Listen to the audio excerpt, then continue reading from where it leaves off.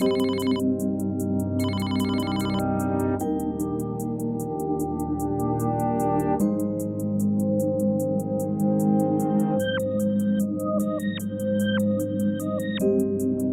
22장 18절에서 19절에 보시면 이 예언의 말씀을 가감하면 천국에 들어가지 못한다라고 분명히 말씀해 주셨죠.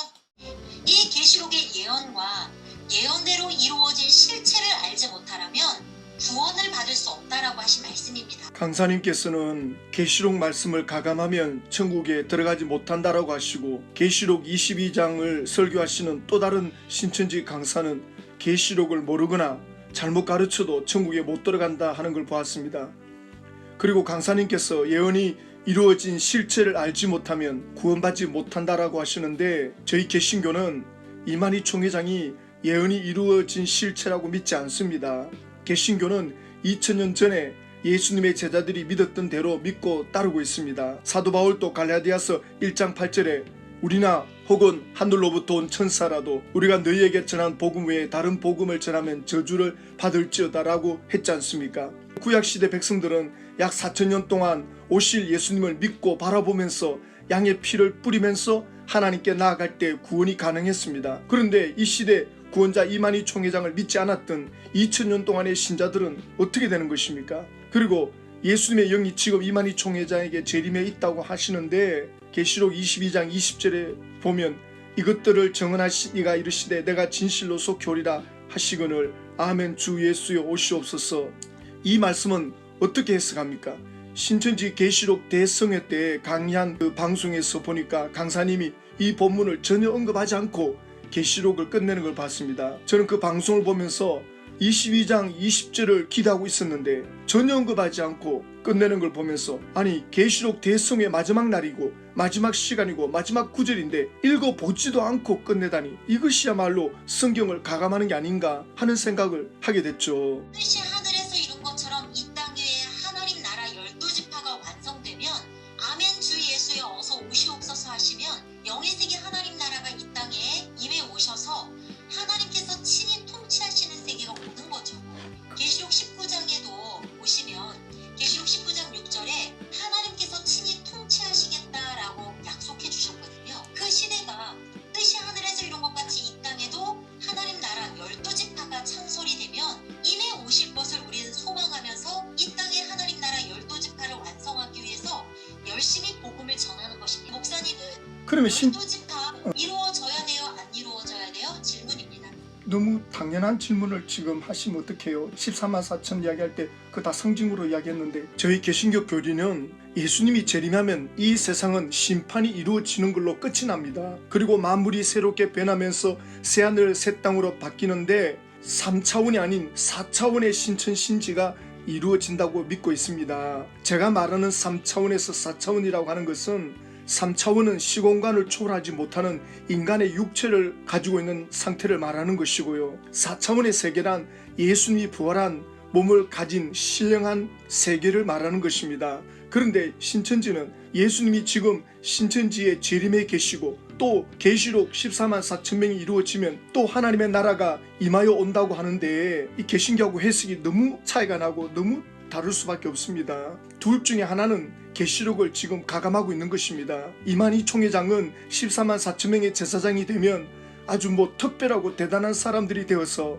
1000년 동안 죽지 않는 몸이 된다고 하시는데, 그럼 그때 세상에 속한 사람들은 수명이 어떻게 되고 흰무리는 어떻게 되는 겁니까? 세상 사람들도 1000년 동안 안 죽고 살게 됩니까? 그렇지는 않을 것 아닙니까? 세상 사람들은 대부분 100년 정도 사는데 1440명의 제사장들은 1000년을 사는 몸을 갖고 왕으로 다스리겠다는 것인데, 이만희 총회장이 그렇게 된다고 하는 것을 믿고 따르고 계시는데, 그렇다면 하나님의 나라가 임하여 올 때 신천지는 어떤 현상이 일어나는지, 그 상황이 구체적으로 어떻게 되는지 말씀해 줄 수 있겠습니까? 자, 계시록 2, 3장에 예수님은 7교회 사자에게 편지 보낸다 하셨죠? 편지를 보내는 일이 있어야 되고요. 그리고 편지 보낸 후에는 계시록 4장과 4, 5장과 같이 영의 세계 하나님 나라에 가서 하나님의 보좌 계열과 하나님 나라를 보아야 됩니다. 그러면 예수님이 교회들을 위해 보낸 사자라면 영계 하나님 나라를 보아야 된다고요. 봤다라면 나 봤습니다. 나 천국 갔다 왔습니다. 4장에 기록된 그 뿐만 아니라 모든 계시록 전장에 이루어진 사건들을 보고 듣고 증거해야 됩니다. 그래서 계시록 7장의 12지파가 하나님 나라입니다. 인쳐서 12지파를 창조하시겠다라고 약속하셨잖아요. 예. 구약 때도 하나님의 나라는 지상 만민 중에 이스라엘 12지파였습니다. 그래서 초림 때에도 하나님의 나라 12지파를 이 땅 하게 세우시기를 원하셔서 12제자를 택하신 거예요. 예. 하나님 나라. 그래서 오늘날 신천지는 성경의 약속대로 추수하고 인쳐서 12지파를 창조하고 있다고요. 아무 말씀이 아니라 계시록 10장과 같이 천사가 가지고 오는 표노인 작은 책을 받아 먹고 걸어다니는 성경체가 되어서 신약 계시록의 약속과 그 약속대로 이루어진 실상을 증거하는 말씀을 전해서 지금 12지파를 창조하고 있다라는 겁니다. 자, 하나님 나라가 이루어지면 계시록 7장 15절에 보시면요. 하나님께서 장막을 치시겠다라고 하셨어요. 12지파 14만 4천과 셀 수 없는 흰무리가 있는 그 12지파에 장막을 치시겠다라고 말씀해 주셨습니다. 그리고 더 나아가서요. 계시록 14장에 보시면 하나님도 어린 양 예수님도 시온산에 서 있겠다라고 약속하셨죠. 그 시온산에는 입맞은 자 14만 4천도 함께 있다. 그래서 하나님도 예수님도 시온산에 오셔서 가라지를 심판하십니다. 계시록 20장에 영과 육이 그리스도로 더불어 천년 동안 왕노릇하겠다라고 하시지 않았습니까? 60대 신분이 그 혼인잔치에 들어가면 60된 몸이 좀 바뀌는 게 있나요? 아니면 60으로 그대로 가나요? 아니, 그거는 하나님 예수님이 아시죠. 그 부분은 고린도전서 15장 할 때 다시 말씀드릴게요. 그전 15장에 보시면 이제 신령한 몸으로 변화가 되겠다라고 말씀해 주시지 않았습니까? 목사님은 12지파 개신교에서는 12지파 아까 정통이라고 하셨잖아요. 장로교, 감리교, 성결교, 천주교 교리는 다르지만 구원과 특별히 연관이 없기 때문에 우리는 이단이 아니고 정통이라고 하셨잖아요. 하나님도 한 분이고 성경도 하나인데 어찌 해석이 다를 수가 있습니까? 그게 귀에 걸면 귀걸이, 코에 걸면 코걸이. 그게 바로 자의적인 해석, 거짓말이라는 증거입니다.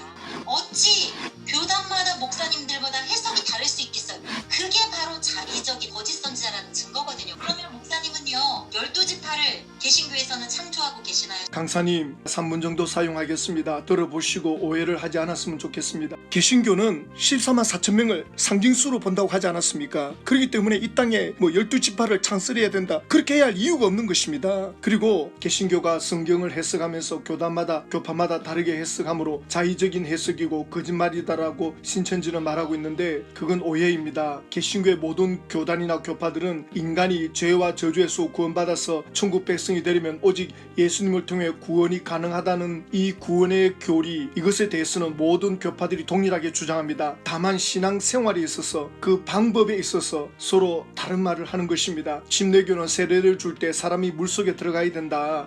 장로교는 그냥 머리에 물을 조금 붓는 것으로도 충분히 세례의식이 된다. 그런데 이런 것들은 성경에 이미 양쪽 이야기를 다 하고 있는 것입니다. 또 구원하고는 상관이 없기 때문에 문제가 안 됩니다. 감리교는 예수 믿고 구원받은 하나님의 자녀라도 타락하면 구원에서 멀어질 수 있다이고, 장로교는 자녀로 택함 받은 백성은 하나님의 사랑이 타락하도록 내버려 두지 않고 끝까지 따라가서 건져내 온다 그러는데, 이런 것도 성경의 양쪽 이야기를 다 하고 있기 때문에 어디에 더 많이 강조하느냐에 따라서 교단이 달라지는 것입니다. 순복음은 지금 성령님이 강하게 일하는 때다라고 말하면서 성령 충만을 강조해야 된다. 그러나 또 장로교는 은사도 좋지만 말씀과 군령을 이루어야 된다. 이런 차이들 때문에 교단 교파가 달라지는 겁니다. 신약 성경에 보면 고린도 교회가 나오지 않습니까? 그 교회는 아볼로를 따르는 무리가 있었고 베드로를 따르는 무리가 있었고 또 바울을 따르는 무리가 있는 것을 볼 수 있을 것입니다. 그런데 바울이 고린도전서 3장 5절에 이렇게 말하죠. 그런즉 아볼로는 무엇이며 바울은 무엇이냐? 그들은 주께서 각각 주신 대로 너희로 하여금 믿게 한 사역자들이니라. 나는 심었고 아볼로는 물을 주었으되 오직 하나님께서 자라나게 하셨나니, 그런즉 심는 이나 물 주는 이는 아무것도 아니로되 오직 자라게 하시는 이는 하나님 뿐이시니라. 그러므로 교회 목자들의 그 차이 나는 것에 대해서 사도 바울은 전혀 문제 삼지 않았습니다. 아볼로 같은 사람은 굉장히 지적이었거든요. 또 바울이나 베드로 같은 사람들은 체험적이고 신비적이고 이런 그 각자의 그 취향이 좀 달랐는데 바울은 이런 거 가지고 문제 삼지 않았다는 거예요. 근데 왜 신천지는 서로 의견이 다르다고 거짓말하는 목자다, 구원이 없다, 말씀이 없다, 왜 그러십니까? 똑같은 말을 해야만 됩니까? 그건 공산주의에서나 하는 것, 북한에서나 하는 것입니다. 물론 고린도 교회가 문제가 좀 있었죠. 서로 자기들 가르치는 선생이 최고다 그러면서 약간의 그 경쟁하는 그런 분위기는 있었어요. 그래서 바울이 그것 때문에 책망을 한 것입니다. 개신교회도 처음에 교파가 나누어질 때 그들도 약간의 그 경쟁 의식은 있었습니다. 그러나 시간이 지나면서 그들의 영적 수준, 교육 수준 이런 것들이 성숙해지면서 교파가 달라도 서로 교류를 하면서 함께 할 수 있었던 것입니다. 그러나 예수님 대신에 다른 사람을 구원자로 내세우면 그런 단체에 대해서는 절대로 하나 될 수가 없었고 하나 되지 않았던 거죠. 예배 의식이 좀 달라도 기도하는 방식이 좀 달라도 사람마다 좀 취향이 다르잖아요. 스타일이 다르고 그런 걸 존중해 줘야지 다 나같이 해라. 기도를 나와 같이 해라. 오히려 그게 위험한 거죠. 그러므로 교단마다 성경의 해석의 어떤 다양함 그런 걸 주장한다고 해서 자의적이다 거짓말하는 것이다 라고 하는 것이야말로 신천지는 성경을 오해하고 개신교를 오해하고 있는 것입니다. 신천지 사람들이 개신교인들을 향해서 그렇게 믿는 것은 틀렸다. 예수만 믿어가지고는 안 된다. 예수님과 함께 또 예수님이 보낸 약속의 목자 이만희 총회장의 그 계시록 가르침을 믿고 따를 때 구원받을 수 있다. 그래서 우리 단체로 와야 된다. 우리 시온산으로 와야 된다. 우리 목자의 말을 들어야 된다. 그래야 천국 백성이 된다. 그렇게 주장하기 때문에 이단이라고 하는 겁니다. 개신교의 여러 교단이나 교파들은 각자 자기 교단들에 대한 자부심은 강해요. 그러나 그렇다고 해서 여기 와야 구원받는다. 우리 교단의 교리가 구원받기에 합당하다 이렇게 주장하는 교단은 한 곳도 없습니다. 마지막으로 기록한 책이 요한 1, 2, 3, 4 아닙니까? 요한 1서 2장 22절에 이렇게 말합니다. 거짓말하는 자가 누구냐? 예수께서 그리스도이심을 부인하는 자가 아니냐? 또 3장 3절에도 예수를 신하지 아니하는 영마다 하나님께 속한 것이 아니니 이것이 곧 적그리스도의 영이니라. 오리란 말을 너희가 들었거니와 지금 벌써 세상에 있느니라. 이렇게 말씀하고 있습니다. 그러면요 제가 방문 드릴게요. 자, 계시록 7장은 영의 세계에 구원받은 사람들이라고 하셨잖아요. 계시록 5장 9절 보십시오. 계시록 5장 10절이요. 네. 이 14만 4천 명은 왕같은 제사장인데요. 자, 10절에 보시면 어디에서 왕노릇하리라 라고 기록되어 있습니까? 10절에 그들로 우리 하나님 앞에서 나라와 제사장들을 삼으셨으니 그들이 땅에서 왕노릇하리로다. 땅에서 왕노릇하는 겁니다. 예수님께서도 마가복음 16장에 너희가 내 이름으로 귀신을 쫓아내며 또 마태복음 28장에서도 하늘과 땅의 권세를 내게 주셨으니 너희는 가서 모든 족속으로 제자를 삼아라. 그래서 하나님의 자녀들은 예수 이름으로 권세를 이 땅에서 사용할 수 있는 겁니다. 언제 이루어지는 거예요? 강사님, 제가 여러 번 말씀드리지 않았습니까? 베드로전서 2장 9절에 너희는 택하신 족속이요 왕같은 제사장들이요 거룩한 나라요 그의 소유된 백성이니 여기서 너희는 하나님의 자녀들입니다. 그래서 예수님을 영접하는 순간부터 왕같은 제사장으로 부름받는 겁니다. 하나님의 백성으로 하나님의 자녀가 되는 순간부터 왕같은 제사장으로 부름받은 것입니다. 먼 미래에 주어지는 것이 아닙니다. 노릇하고 계시는 거예요? 강사님, 왕노릇하는 것이 계시록에만 나와 있지 않고 로마서, 고린도전서 4장, 디모데후서 2장에도 나옵니다. 왕노릇하는 것이 무슨 부귀영화를 누리는 그런 왕노릇으로 이해하고 계십니까? 로마서 5장 17절에 한 사람의 범죄로 말미암아 사망이 그 한 사람을 통하여 왕노릇하였은즉 더욱 은혜와 의의 선물을 넘치게 받은 자들은 한 분 예수 그리스도를 통하여 생명 안에서 왕노릇하리로다. 아담 한 사람 때문에 후손이 사망이 왕노릇하게 되었지 않습니까? 그런데 예수 그리스도를 통해서 이제 생명 안에서 왕노릇하게 되었다는 겁니다. 또 21절에 이는 죄가 사망 안에서 왕노릇한 것 같이 은혜 또한 의로 말미암아 왕노릇하여 우리 주 예수 그리스도로 말미암아 영생에 이르게 하려 함이라. 인간의 최대 불행은 사망의 지배 아래에 있다는 겁니다. 그런데 예수로 인해 이제부터 생명의 왕노릇인 영생에 이르게 되었다는 거죠. 그래서 이것보다 더 큰 왕노릇이 어디 있겠습니까? 그래서 이제는 저주나 사망이나 죽음이 우리를 다스리게 하지 못한다. 이 사망이 우리를 왕노릇하지 못하게 한다. 이제 우리는 왕같은 제사장으로서 사망과 죽음과 저주를 다스리고 세상을 다스리고 이기며 살아갈 수 있는 하나님의 자녀로 우리는 부름받았다. 이것이 우리 개신교가 가르치는 핵심입니다. 목사님, 계시록의 말씀은 예수님 다시 오시는 주 재림의 때 이루어질 사건 아닙니까? 이미 초대 교회 때부터 이게 시작이 됐다고요. 초대 교인들이 이걸 봤을 때 초대 교인들도 우리는 왕같은 제사장인데 하고 감격을 누리게 됐다고요. 그래요, 상징적이라고